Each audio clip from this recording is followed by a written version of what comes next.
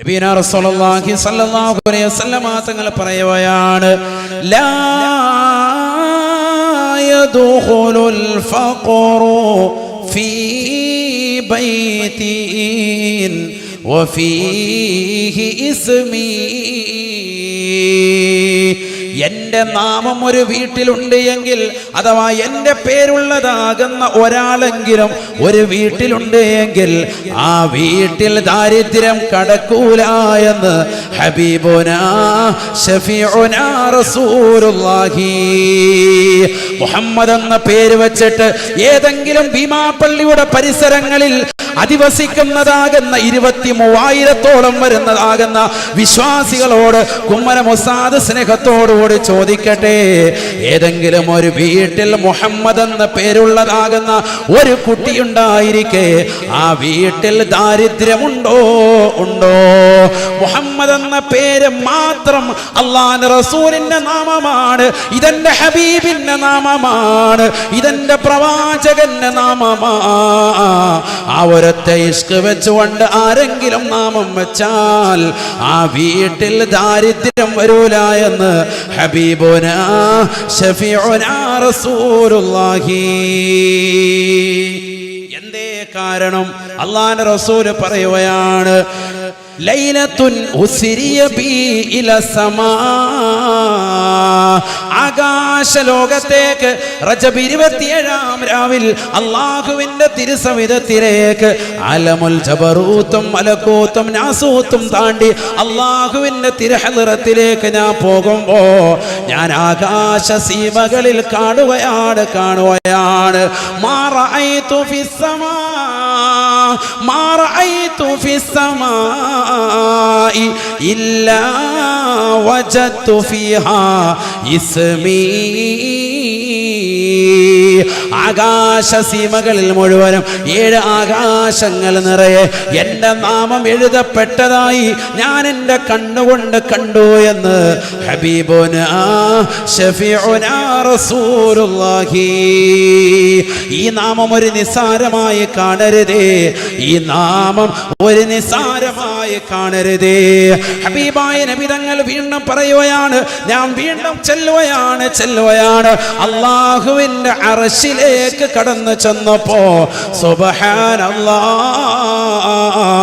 ആ അർശിൽ ഞാൻ കാണുകയാണ് ഒരു പച്ച നിറത്തിലുള്ളതാകുന്ന വാളിൽ മേല് വെള്ള നിറത്തിൽ രേഖപ്പെടുത്തിയിരിക്കുകയാണ്, ലാ ഇലാഹ ഇല്ലല്ലാഹ് മുഹമ്മദുർ റസൂലുള്ളാഹ്. അബൂബക്കറിൻ സിദ്ദീഖ്, ഉമറുൽ ഫാറൂഖ്,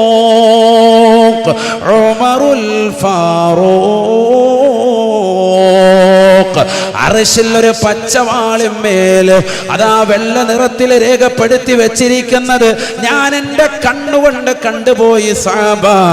റഅയ്തു ബിഐനയ്യ, എന്റെ കണ്ണുകൊണ്ട് ഞാൻ കണ്ടതാണ് മുഹമ്മദുർ റസൂലുള്ളാഹ്, മുഹമ്മദുർ റസൂലുള്ളാഹ്, മുഹമ്മദുർ റസൂലുള്ളാഹ്. അബൂബക്കറിൻ സിദ്ദീഖ്, ഉമറുൽ ഫാറൂഖ്.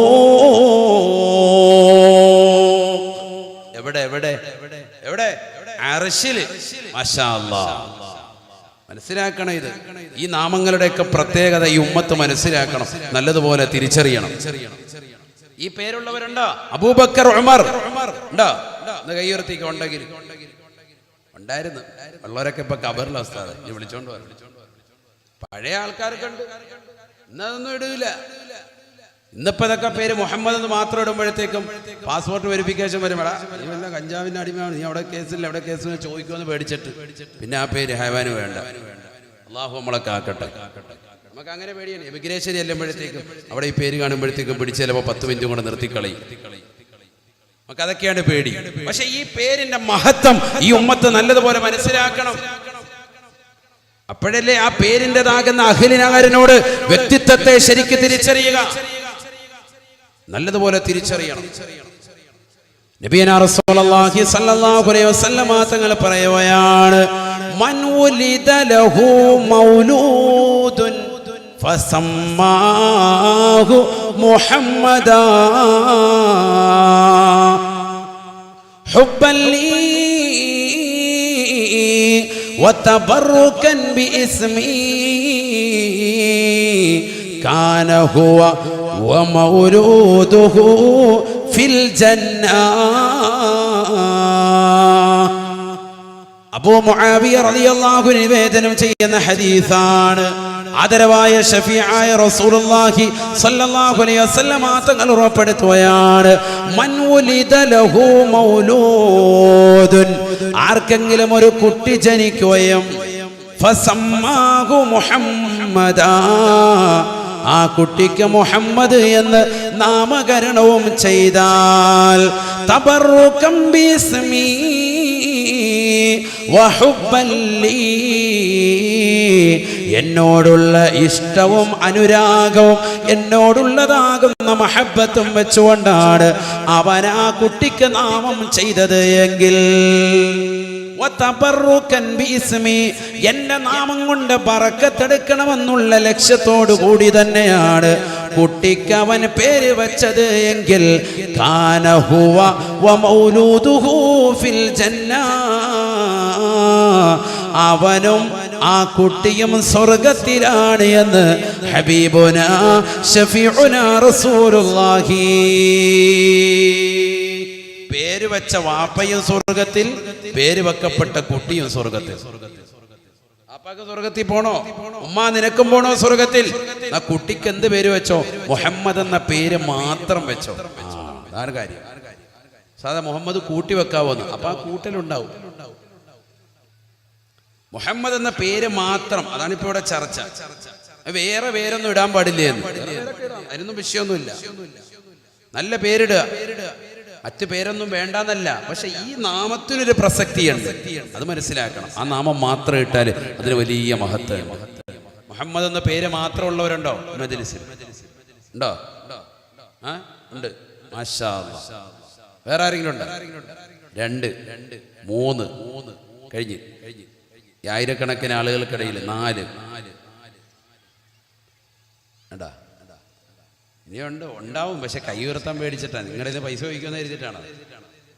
നിങ്ങൾക്ക് റാഹത്തുണ്ടെന്ന് പറയാനാണ്. അള്ളാഹു തൗഫീഖ് നൽകട്ടെ. ജീവിതം കൂടി നമ്മളൊന്ന് ചിട്ടപ്പെടുത്തിയാൽ നിങ്ങളെക്കാൾ വലിയ ഉന്നതിയിലേക്ക് വേറെ ആരുമല്ല. പേര് വെച്ചിട്ട് കഞ്ചാവാ അതുകൊണ്ട് കാര്യമില്ല. ഖലാസ് അല്ലെ പിടിച്ച് ഒറ്റ ഏറിടും. അങ്ങനെ ആകാൻ പാടില്ല. പേര് വെക്കുന്നതിനോടൊപ്പം ജീവിതം കൂടി നന്നാവണം. പക്ഷെ പേര് വെക്കല് നന്നാവാൻ ഒരു സബബാണ്. അതാണ് ഈ പറഞ്ഞത്. അള്ളാഹു തൗഫീഖ് നൽകട്ടെ. അവർക്ക് മറ്റുള്ളവരെക്കാൾ കൂടുതൽ ഒരു സ്ഥാനമുണ്ട്. അങ്ങനെയുണ്ട്. അങ്ങനെയുണ്ടോ? ഉണ്ട്. ഹദീസല്ലേ, വെറുതെ പറയല്ല. കേട്ടോ, നബിയനാ റസൂലുള്ളാഹി സ്വല്ലല്ലാഹു അലൈഹി വസല്ലമ തങ്ങൾ പറയുകയാണ്, ഇദാ സമ്മൈതും മുഹമ്മദാ ഫലാ തദ്രിബൂ, മുഹമ്മദ് എന്ന ഒരു കുട്ടിക്ക് നിങ്ങൾ പേര് വച്ചാൽ അവനെ നിങ്ങൾ അടിക്കരുതേ, അടിക്കരുതേ. ഹബീബുനാ ശഫീഉനാ റസൂലുള്ളാഹി. എന്തുകൊണ്ട്? നബിയുടെ പേരാണവൻ, അതുകൊണ്ട് ആ ബഹുമാനം. അപ്പൊ കുട്ടി മര്യാദകേട് കാണിച്ചാലോ? മര്യാദകേട് കാണിച്ചാൽ അടിക്കാം. ഈ ഹദീസ് വിശദീകരിച്ചുകൊണ്ട് ബഹുമാനപ്പെട്ട ഇമാം മുനാവിർ റളിയല്ലാഹു അൻഹു അദ്ദേഹം രേഖപ്പെടുത്തിയതായി കാണാം. കുട്ടി അദബ് കേട് കാണിച്ചു, മര്യാദകേടാണ്. പാപ്പ എത്ര പറഞ്ഞാലും അനുസരിക്കുന്നില്ല, ഉമ്മ പറഞ്ഞാലും അനുസരിക്കുന്നില്ല. കാരണം അവര് മുഹമ്മദ് എന്ന പേരായതുകൊണ്ട് തന്നെ ഒരു ബഹുമാനം കൊടുത്തു. അപ്പോൾ അവൻ തലേ കയറാൻ തുടങ്ങി. അങ്ങനത്തെ ഒരു സ്വഭാവമാണെങ്കിൽ അടിക്കാം, മര്യാദ വരുത്താൻ വേണ്ടി അടിക്കാം. അല്ലാതെ ചില വാപ്പമാരുടെ ഒരു ശൈലിയുണ്ട്, എപ്പോഴും കാണുമ്പോൾ ഇങ്ങോട്ട് വന്നാൽ എന്നിട്ട് തലക്കൊരു ഒറ്റ അടി കൊടുക്കുക, അപ്പയ്ക്ക് വേണ്ട. അങ്ങനെ ആകാൻ പാടില്ല. കാണുമ്പോൾ ചെവിക്ക് പിടിച്ചിട്ട് ഇങ്ങനെ കറക്കി എറിയുക, എപ്പോഴും തലക്കിട്ടൊരു കൊട്ടു കൊടുക്കുക, കാണുമ്പോഴൊക്കെ ഒരു രസം. മോനല്ലേ, വേറെ ആരും ഒന്നും പറയാനൊന്നുമില്ലല്ലോ. അങ്ങനെ ഒരു ഇതാകാൻ പാടില്ല. കുട്ടികളോട് ഒരു മോശമായ വർത്തമാനം പോലും പറയാൻ പാടില്ല. മുഹമ്മദ് എന്ന ഒരു കുട്ടി വന്നാൽ നബിയനാ റസൂലുള്ളാഹി സ്വല്ലല്ലാഹു അലൈഹി വസല്ലമ തങ്ങൾ പറയുകയാണ്, മുഹമ്മദ് എന്ന നാമമുള്ള ഒരു കുട്ടി ഒരു മജ്‌ലിസിലേക്ക് കടന്നു വന്നാൽ ഔസിഉ ഫിൽ മജ്ലിസ്, ആ സദസ്സൊന്ന് വിശാലത ചെയ്യണേ എന്ന് ഹബീബുനാ റസൂലുള്ളാഹി. തീർന്നില്ല. അല്ലാഹുവിന്റെ റസൂല് പറയുകയാണ്, ബജ്ജിലൂഹു വഅക്രിമൂ വഅള്ളിമൂ.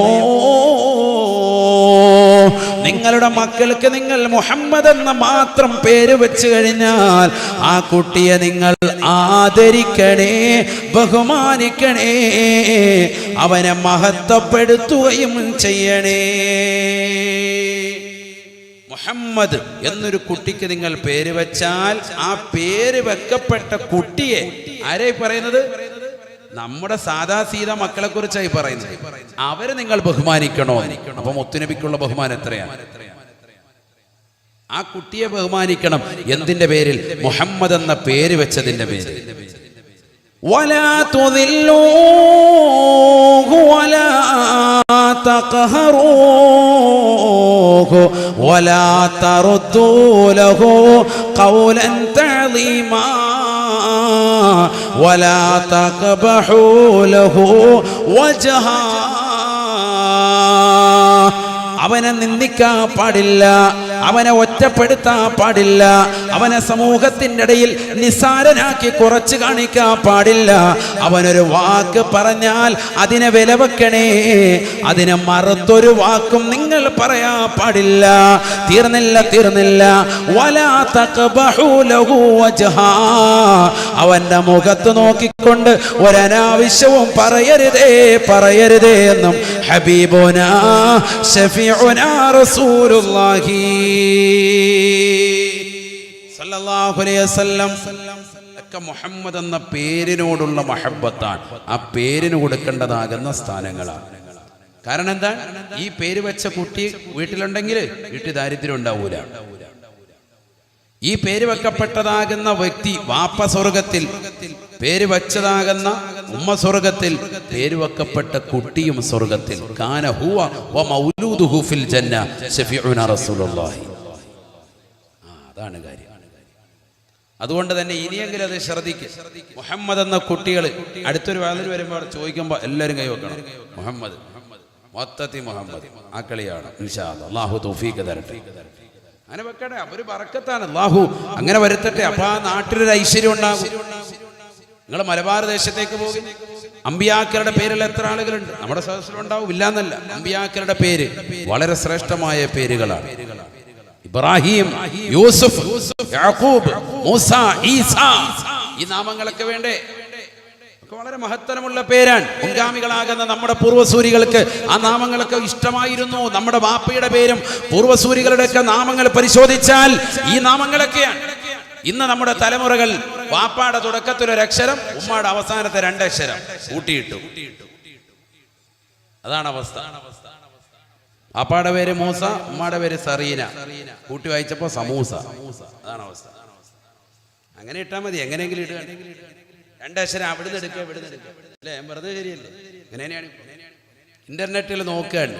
എന്നിട്ട് ഇന്റർനെറ്റ് മഹാനുഭാവനോട് ചോദിക്കാണ്, 10 ചോദിക്കുക, ഇതിന്റെ അർത്ഥം എന്താണ്? ഗൂഗിൾ പറഞ്ഞു കൊടുക്കുക, ഉത്തമൻ. അതാണ് അതിന്റെ അർത്ഥം. ആയിക്കോട്ടെ.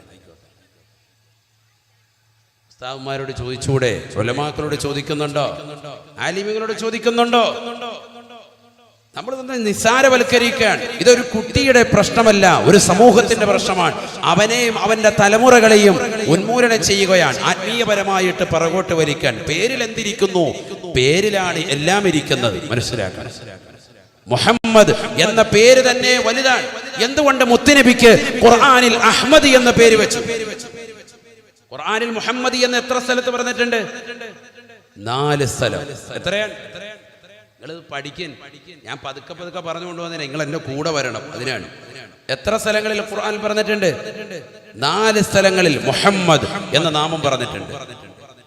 കുറവാണ് പറഞ്ഞത്. മൂസാ നബിയിലേക്ക് ചേർത്ത് നോക്കുമ്പോൾ വളരെ കുറവാണ്. 4 പ്രാവശ്യമേ പറഞ്ഞിട്ടുള്ളൂ. പക്ഷെ അതുകൊണ്ടൊന്നുമില്ല. മുഹമ്മദ് എന്ന പേരിൽ തന്നെ ഒരു സൂക്തമുണ്ട്. മനസ്സിലാക്കണം. മുഹമ്മദ് എന്ന പേരിൽ ഒരു സൂക്തമുണ്ട്.